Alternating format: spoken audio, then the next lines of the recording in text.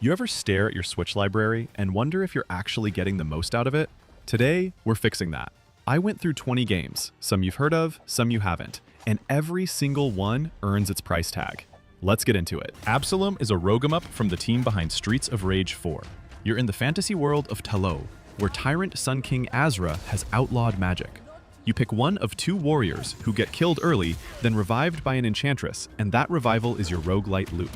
Every run goes deeper, reveals more lore, and each character unlocks different story fragments. Combat is smooth and combo heavy. You dodge, parry, counter, throw objects, ride beasts, and slot in elemental rune upgrades that reshape how you play. Timing and positioning matter. It never feels like mindless button mashing. The world building is delivered quietly through brief encounters and dialogue, so you're always learning something new between fights. The art is stunning, and the music is excellent.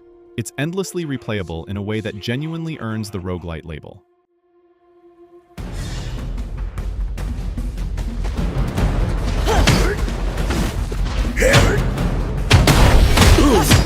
Nine Souls is from Red Candle Games, a studio that switched from horror to make this, and it's outstanding.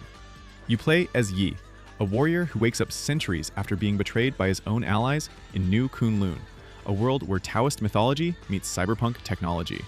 His mission is to hunt down 9 rulers who wronged him, but the story digs deeper into faith, engineered immortality, and what that costs. Combat is Sekiro style in 2D. You parry to build an enemy's pressure gauge, then detonate a talisman on them for a massive finishing strike. It demands precision, but rewards mastery with a rhythm that feels genuinely satisfying. The hand-drawn art blends temple architecture with glowing circuitry in a way nothing else looks like. Boss fights are multi-phase puzzles that test everything you've learned. This is one of the best Metroidvanias on Switch. Full stop.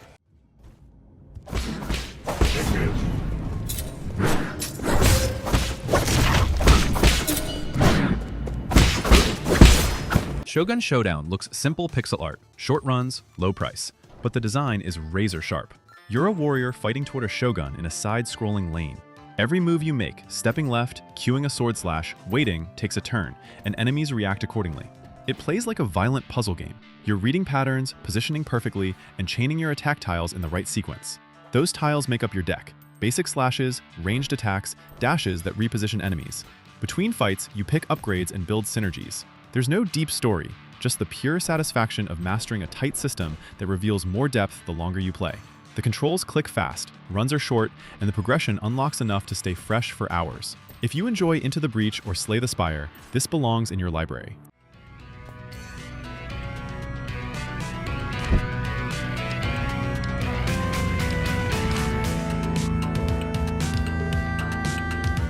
Prince of Persia: The Lost Crown.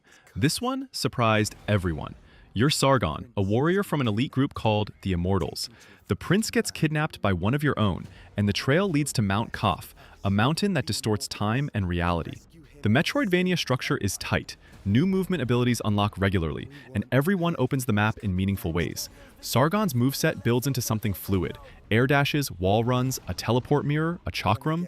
Combat uses those same skills, so platforming and fighting feel like one connected system. A memory shard mechanic lets you screenshot your map to mark unreachable areas for later, one of the best quality of life ideas in the genre in years.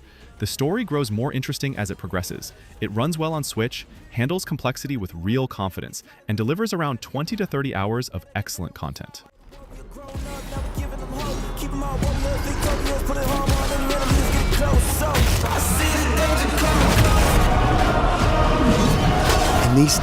Ender Magnolia, Bloom in the Mist, is a step up from its predecessor in almost every way. Set in the land of fumes, humanity built artificial beings called homunculi, but toxic fumes corrupted most of them. You're Lilac, a girl who wakes up with no memories and discovers she can purify corrupted homunculi, turning enemies into companions that grant new combat abilities. Combat lets you chain and cancel moves for real expression, and the ability variety supports different playstyles well. The map design is excellent, fast travel is generous, explored rooms change color, and the non-linear structure rarely leaves you stuck. Boss designs are creative and memorable. The soundtrack by Mealy is hauntingly beautiful. The whole game carries a somber tone that fits its bleak world, and Lilac's quiet journey carries real emotional weight from start to finish.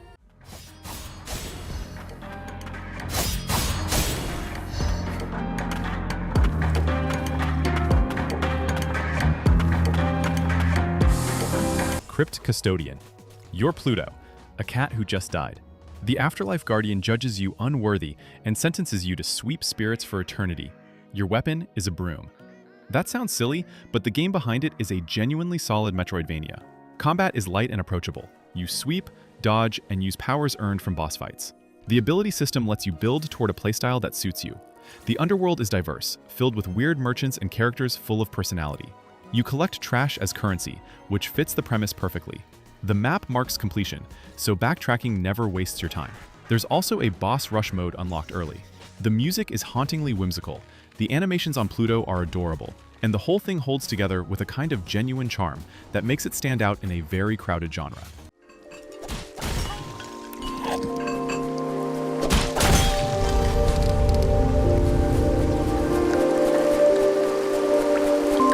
Animal Well is genuinely unlike anything else on this list.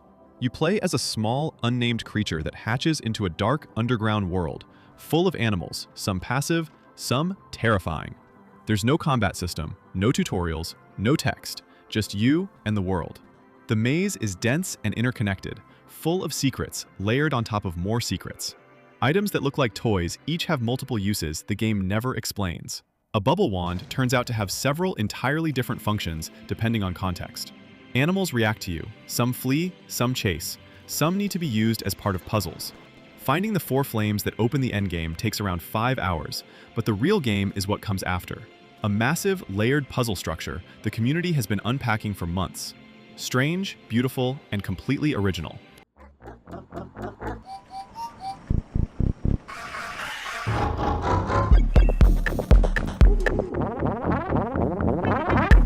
Nobody saves the world. From the creators of Guacamelee, this one nails the one more quest feeling completely. You're Nobody, a featureless amnesiac with a magic wand that transforms you into different forms. A rat, a horse, a bodybuilder, a slug, a necromancer. Over 15 total, each playing completely differently. You can mix abilities across forms, so a horse with poison kicks or a mage with a snail trail is totally possible. The top-down RPG overworld has dungeons, side quests, and a light story about finding a missing wizard to stop a calamity. The writing is genuinely funny. The antagonist, Randy the Rad, is a comedy highlight throughout. Combat starts simple and deepens as your form library grows. It runs flawlessly on Switch, plays great in handheld, and the constant stream of unlocks keeps momentum going for 30 hours or more.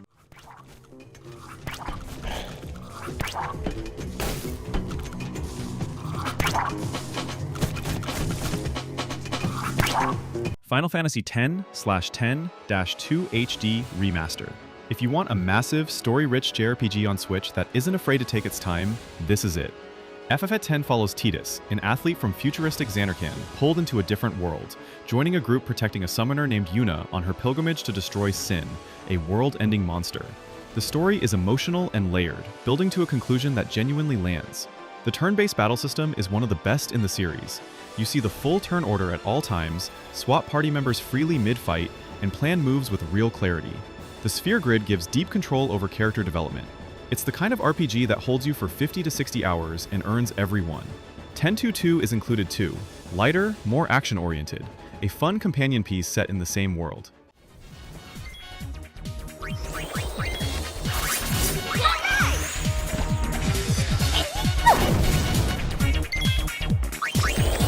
Balatro won Game of the Year 2024 and was made by one person.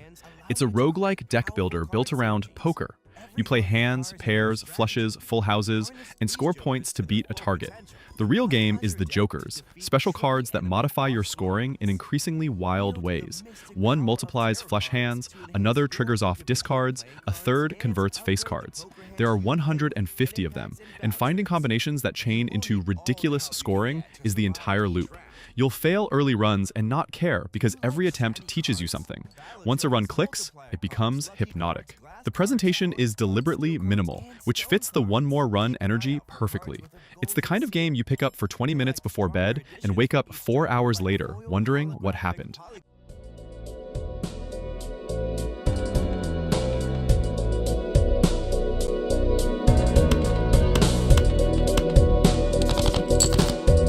Sabotage Studio made their dream JRPG after The Messenger, and it shows in every scene.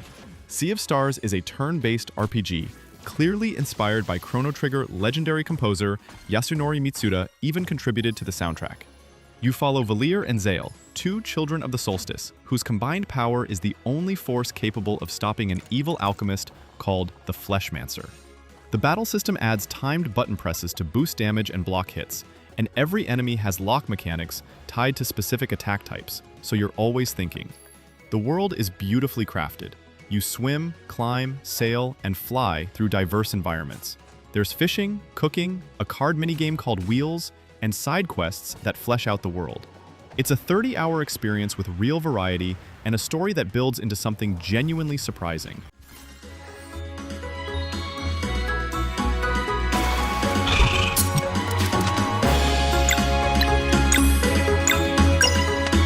Before Sea of Stars, Sabotage made this. It starts as a tight, linear ninja platformer, clearly inspired by classic Ninja Gaiden snappy controls, sharp level design, enemies that require real pattern reading. The core mechanic, called cloud stepping, lets you jump again mid-air after hitting an enemy or object, which builds into increasingly creative traversal. The writing is self-aware and funny, especially the mysterious shopkeeper, who banters with you at every save point. About halfway through, the game's structure shifts dramatically, in a way that completely recontextualizes everything before it. We won't get into specifics, but it becomes something much larger. The dual aesthetic 8-bit visuals that shift to 16-bit in real time based on story context is clever and genuinely impressive. For a debut game, it's one of the most confident things any studio has put out.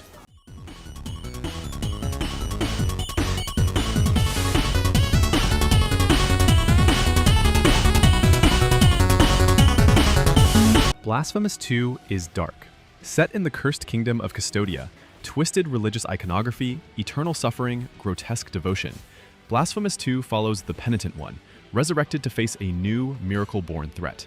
You're chasing 3 powerful guardians across a 2D world that's grotesque and beautiful in equal measure.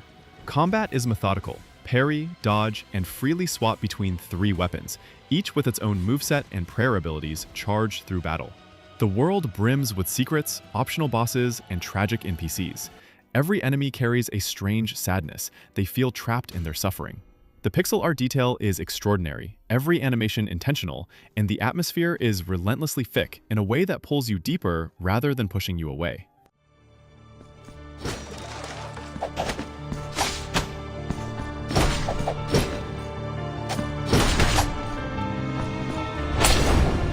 Slay the Spire.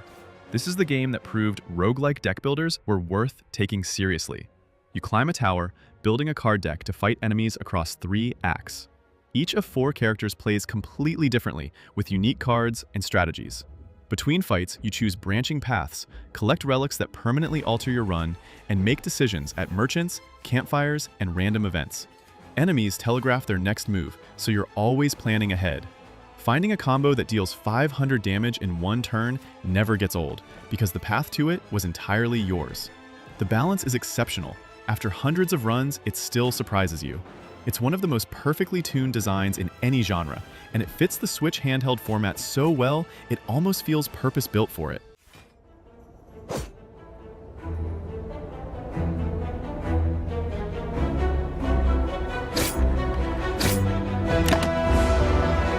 Katana ZERO is a neo-noir pixel art action platformer that plays like a violent ballet.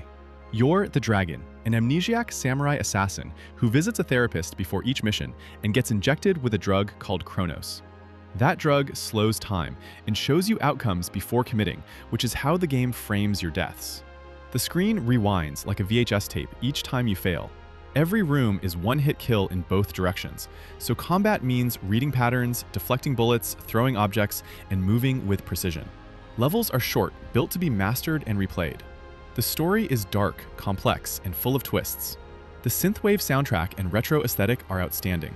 At around 4 to 6 hours, it's a short game, but it's so dense with personality and tight design that it earns every dollar without question.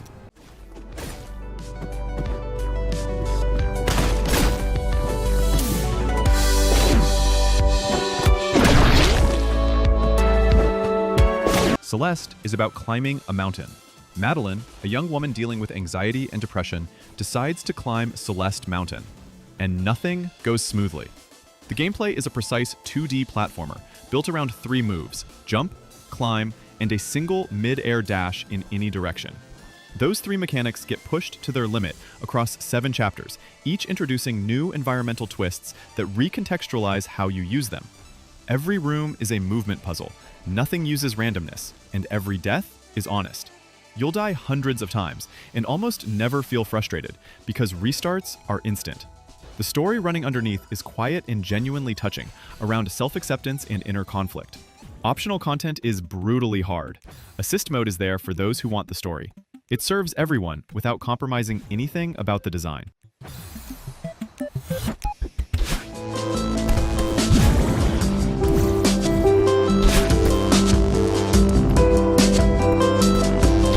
Tunic makes you feel like a kid discovering a new world without a guide. You're a small fox on a mysterious island. No explanation, no waypoints, no tutorials. The game is structured around a manual you collect pages of while exploring, except the manual is written in a fictional language you have to decode. You piece together mechanics from diagrams and slowly understand a game hiding its depth the whole time. Combat has Souls-like elements, stamina, dodging, items, but the real focus is discovery. The isometric world is dense, with secrets and hidden passages everywhere. A narrative reveals itself gradually and lands with real emotional weight if you connect the pieces. Finishing the game once leaves you feeling like you've seen half of it. That's entirely intentional. It's one of the most original and thoughtfully constructed games on the Switch.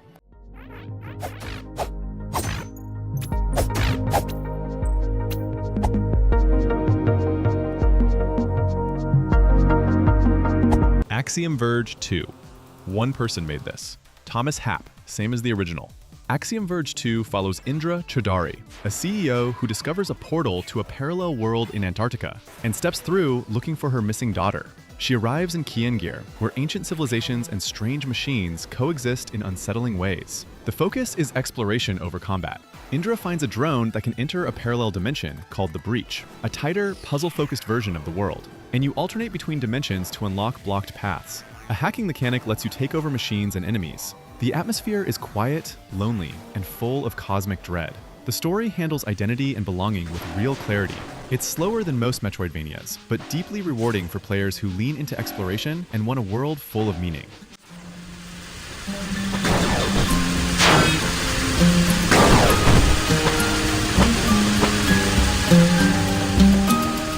This is a secret treasure nearly nobody outside Japan had access to for 30 years.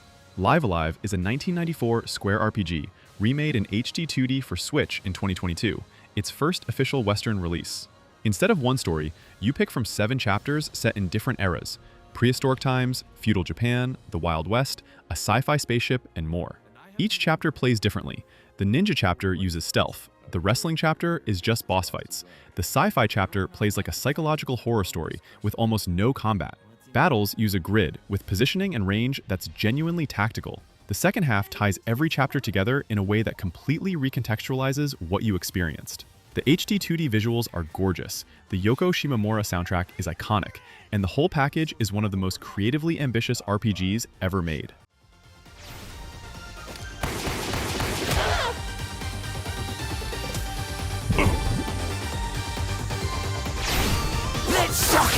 Ori and the Blind Forest, Definitive Edition.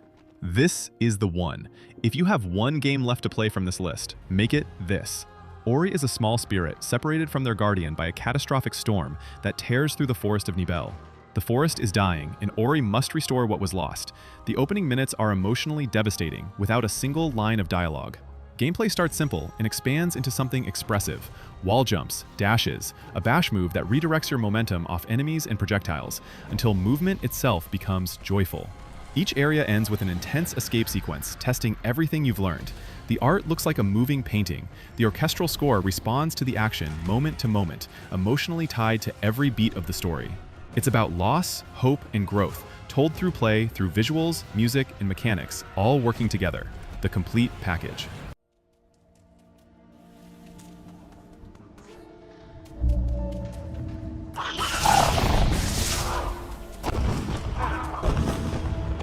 That's the list.